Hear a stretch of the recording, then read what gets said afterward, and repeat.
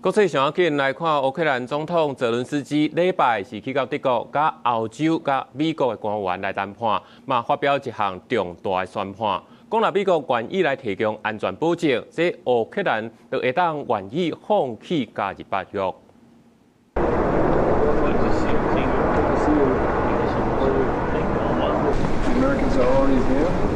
乌克兰总统泽伦斯基伫德国总理梅尔茨主持的会谈当中，甲美方的特使，也就是总统 Trump 的特使魏科夫甲竞赛库许纳见面。梅尔茨简单致辞了后，就离开，和双方进行谈判。乌克兰总统顾问李特温表示，12月14会谈已经结束，其他欧洲领导人预计12月15去到德国了后会继续会谈。全部结束了后，由泽伦斯基对外来说明。李特温补充，官员当咧审相关草案的文件，伫未去柏林的路令，泽伦斯基透过通信听息表示愿意放弃乌克兰加入北约，来换美国甲欧洲的安全保障。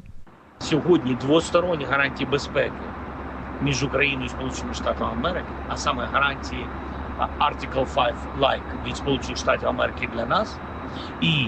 гарантії безпеки від європейських колег для нас, а також інших країн Канади, Японії тощо. Ці гарантії безпеки для нас це можливість, щоб не розпочався ще один прихід російської агресії. 根据北约第5条款，若准任何一个北约成员国伫咧欧洲也是北美洲受到武装攻击，会互人当作是对所有成员国的攻击，成员国会启动集体防卫的机制。泽伦斯基表示，乌克兰自一开始就希望加入北约，也毋过来自美国甲欧洲的一寡友伴并无支持。罗西亚总统普廷对北约扩大甲乌克兰的加入，直拢是反对，主张乌克兰必须爱保持中立，袂当有北约部队来进驻。北约秘书长吕特12月11日伫柏林演说的时阵表示。北约必须爱为咱的阿公阿嬷，也是祖公祖妈所经历的战争规模做好准备。也讲咱是罗西亚后一个目标。克林姆林宫是互利相关的讲法。发言人佩斯科夫表示，这看起来若像是一个已经被记录历次世界大战到底是啥物款的世代所发表的言论。